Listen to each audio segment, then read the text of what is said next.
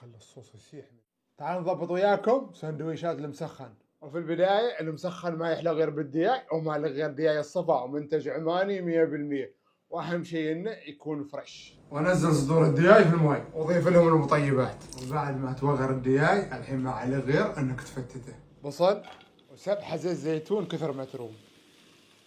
الحين لا تقصر وياه بالسماق، ونزل الدياي، فلفل اسود وملح، جهز المسخن. يا لطيف الطف. والحين ما عليه غير انك تحشي المسخن في الخبز. هذا الشكل النهائي، وخلونا نسمي بالله. اللقمة الأولى ما تسد، ضروري تجرب الثانية. كذا خلي الصوص يسيح منها.